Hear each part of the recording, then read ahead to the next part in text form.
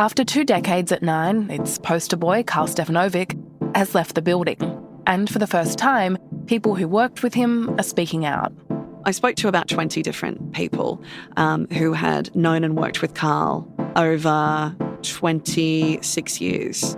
Journalist Tina Quinn has been asking questions about Stefanovic's rise at the network and what really prompted his podcast pivot. I was really trying to work out, I guess, how it had gotten to this. You know, what exactly had happened to this man that had once called Laurie Oakes his great hero? How had it come to this? And what she found was a surprising number of people willing to be frank about their views on working with him. As I continued to go on, it felt like roadblocks of people that weren't really at first wanting to talk, but then completely opened up to me. And then by the end, it was just this incredible snowball.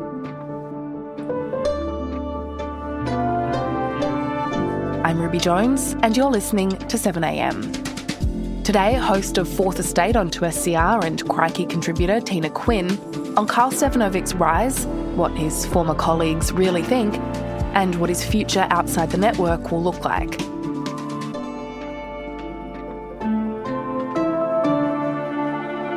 It's Monday, July 20.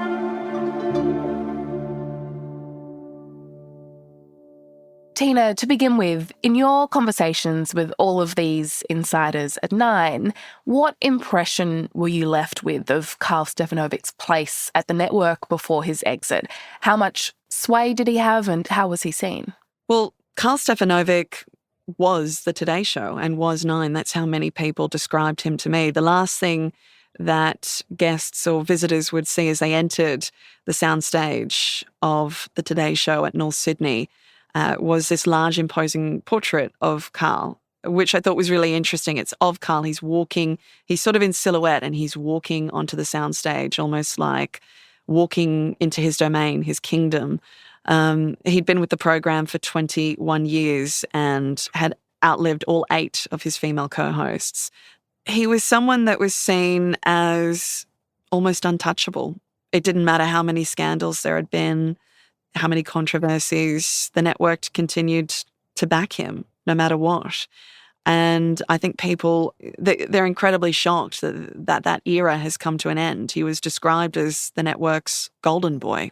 And before he kind of became the Karl Stefanovic of the Today Show, this sort of big protected figure at Nine, what did people tell you about what he was like as like a young reporter? Yeah, I mean, that was quite interesting in itself because, you know, I spoke to his first newsroom director at Nine in Brisbane. This is a guy named Lee Anderson. He said he was one of the most talented reporters I'd ever come across, very charismatic. But I also spoke to other producers, more junior, in that newsroom who were less than glowing. Who said that he was quite lazy. That was a word that consistently came up across a lot of my reporting. He was very good at getting other people to do things for him. He arrived when he liked, knowing that, as, quote, some lackey producer would have, written his work for him. But he was very good, even back then, at sucking up to the right people, the execs. Although I thought it was really interesting, there was one particular news and current affairs director who was visiting Brisbane and there was an after-work drinks. He said, I just heard this voice behind me, just talking himself up to the point of tedium. And I just, after about 5 minutes of listening to his dissertation on why he was so wonderful and excellent, I sort of turned around to Lee Anderson, the news director, and said, who the hell's this bloke? And Lee said, oh, this is our new boy wonder. And that's when he said, well, he might be your boy wonder, but he's a 24-carat fuckwit. So, there were people even back then that were less than impressed. So Karl, his success becomes very entwined with the Today Show, and that is despite a number of scandals that might have affected the career of a different presenter. Things like when he turned up seeming to still be drunk after the Logies. That's one example. I didn't feel drunk when I woke up the next morning. Otherwise, I would not have gone on air. I like to think that I'm professional enough to have made that decision. But clearly from the vision that I've seen, I wasn't at my best. All of these things that happened, though, they didn't damage him. They kind of seemed to just feed into his brand. I'm going to ask Arctic Who's going to be manning 7-Elevens today? I'm not sure about who's going to be manning 7-Eleven, but you might have to look at Centrelink as well, I think, Karl. Tell me about why that was and what the effect of that was. I mean, you say it might have had a different effect on a different broadcaster, especially had it been a female one. I mean, if Lisa Wilkinson was his co-host at the time, and imagine if Lisa Wilkinson, married mother of three, turned up drunk to work on air. I think it would have been received very differently. Karl had some very powerful backers. That is something I kept hearing time and time again. Most notably, David Gyngell, who was at one time the CEO of Nine. People like Paul Fenn, the Sydney News director. James Packer, the son of Kerry Packer, who owned the network. Alan Jones, who wasn't at Nine, but was a very powerful Sydney media presence who loaned him, basically gave him the deposit for his first house. So very powerful people in his corner who continued to back him. I think what was really noticeable to me, he was brought on to replace Steve Liebman. And when he started at the Today Show, he received reviews that his on-air performance was quite wooden, and someone wrote that he seemed incapable of sort of lighthearted banter on air. And, he was not well received, but he was continually given leniency over years and years of on-air controversies that, as you mentioned, would have ended another broadcaster's career, certain comments about migrants, really inappropriate, insensitive comments, all sorts of things that took place. Well, as we all know, I can be a complete tool, right? Yes! Well, yesterday I was worse. I was an ignorant tool. When I say ignorant, I truly mean it, and I kind of pride myself. Okay, so you've got this seemingly fairly untouchable presenter with this likeable larrikin persona who, after a few years at least, is doing well with audiences. Behind the scenes, perhaps a more complex picture of power and ego. Were there any signs, though, of where Karl Stefanovic was heading? Any kind of early signs of what we are now seeing in his current reinvention? Most of the people that I spoke to all agreed that this was not an ideological pursuit of Karl's, what we're seeing with this podcast. In fact, when I asked one source, someone who is still at Nine and who worked with Karl on and off for a number of years, I said, the views that Karl is platforming on his podcast, do you think they're his own? Are they views that he has and shares? And this person just laughed and just went, no, I don't.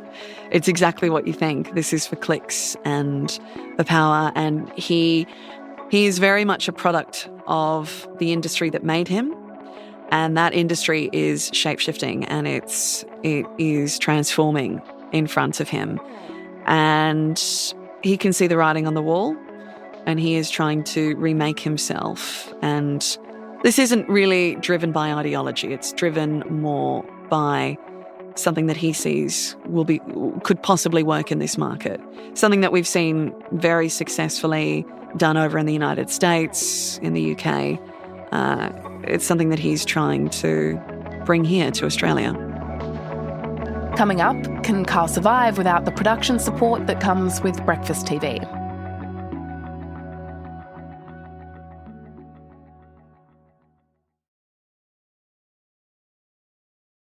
I think it's important that I keep campaigning and I keep driving forward with freedom of speech. If you don't like the way I do an interview, then don't watch it. Right. It's my style. It's my show. And I want to... Tina, right from the very outset of his podcast launch, there were things that Karl Stefanovic was doing that were quite clearly putting him at odds with his colleagues. So he had that friendly interview with Charlie Teo, for example, who Kate McClymont did the series of investigations into. He also weighed into the Ben Roberts-Smith charges, defending him after his arrest. So how much tension do you think all of that caused within Nine? Huge. Nine spent millions and millions upon dollars defending those investigations. The dogged, committed investigative reporting that Nick McKenzie and Chris Masters conducted over years upon years was extraordinary, and the amount of money that Nine spent defending that was not insignificant. The same with Kate McClymont with Charlie Teo. to have one of its own stars, and look, there's a conflict in there. There's a real conflict in the fact that Nine and Fairfax merged a number of years ago, right? And there's journalistic sensibilities that are conflicting there as well. It was a huge conflict within Nine, because to have one of its own big stars denigrating the work of people like Kate McClymont and Nick Mackenzie and Chris Masters, it definitely stoked conflict. And also, Nine's own reporters, like Channel 9, the TV network itself, I think there were a lot of reporters that felt they were sharing a lot of concerns about the way people would perceive them because of the views of one Karl, because I think they were very concerned that it somehow took away the credibility from their own reporting to have, again, this big network star being able to go and platform people like anti-vaxxer Pete Evans, Pauline Hanson, Barnaby Joyce, then, of course, a far-right fascist who is on Australia's terror watch list and is not allowed into this country. I'm talking about Tommy Robinson here.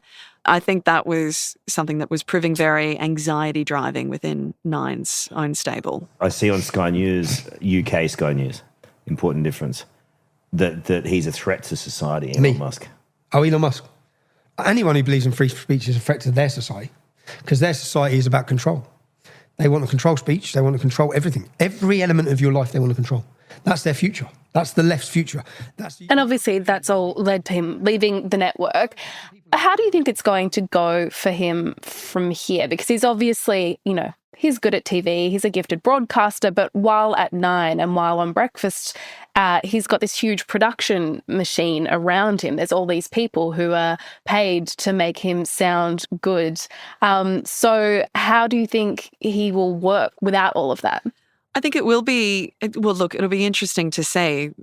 Something that a number of producers, even who were working up with him up until the present day, consistently said, they called him hard to produce for at times because they were often doing the brunt of the research and the work. He was often not across his briefs. He was hard to get a hold of. Some compared him to Lisa Wilkinson, who she was seen as much more meticulous. She really liked to be involved with stories. She was much more generous with her time. Karl was not. Sometimes, as I said, difficult to get a hold of, wouldn't respond to the research that was provided for him, and he'd sort of go on air and he'd wing it. But that's easy to do when you've got a huge production team. I mean, the Today Show is a huge production. There's a lot of money behind it. I think people would be surprised to know the number of producers that they would have working on one particular show at any given time. He doesn't have that on this podcast. And I think he got into such strife interviewing someone like Tommy Robinson because in some ways he didn't interview him. There was a lot of backslapping and, yeah, mate, and this, mate, and the sort of stuff that Karl has kind of been able to get away with over his career because those interviews were still peppered with what was seen as hard-hitting questions that were written for him by producers. There was a lot less of that in that interview. I mean, there was no accountability at any given point during that interview. Very strange from someone who once named the great political journalist Laurie Oakes as his great hero and inspiration in his Logie speech in 2011. And so I think we're already seeing the result of him having less support around him. If you watch any of those interviews, they're not particularly enlightening and they're in no way hard-hitting. They're not the work of a journalist that you would expect of someone like Karl, who fronted a leading breakfast show for over 2 decades.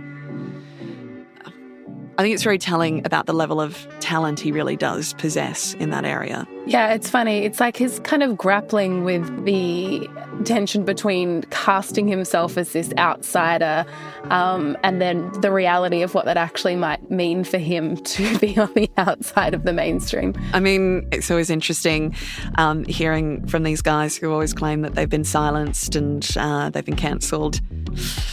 You know, they still seem to have these very loud microphones and podiums to talk about that from. Tina, thank you for your time. Ruby, thank you.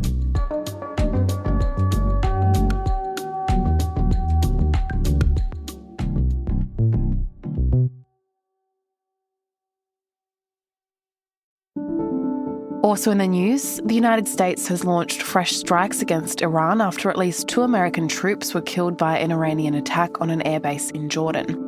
Since the war began, 16 American service members have been killed and more than 430 wounded. Donald Trump says the deaths are very sad but came in service to their country. And Shadow Housing Minister Andrew Bragg says he does not agree with comments made by Liberal Party President Tony Abbott. In a video posted to social media, Tony Abbott claims that multiculturalism has failed and diversity is not a strength. Bragg also hit out at comments from One Nation leader Pauline Hanson at a conference in London that authorities are stupid for giving rights to transgender Australians, calling the comments insane. I'm Ruby Jones. This is 7am. Thanks for listening.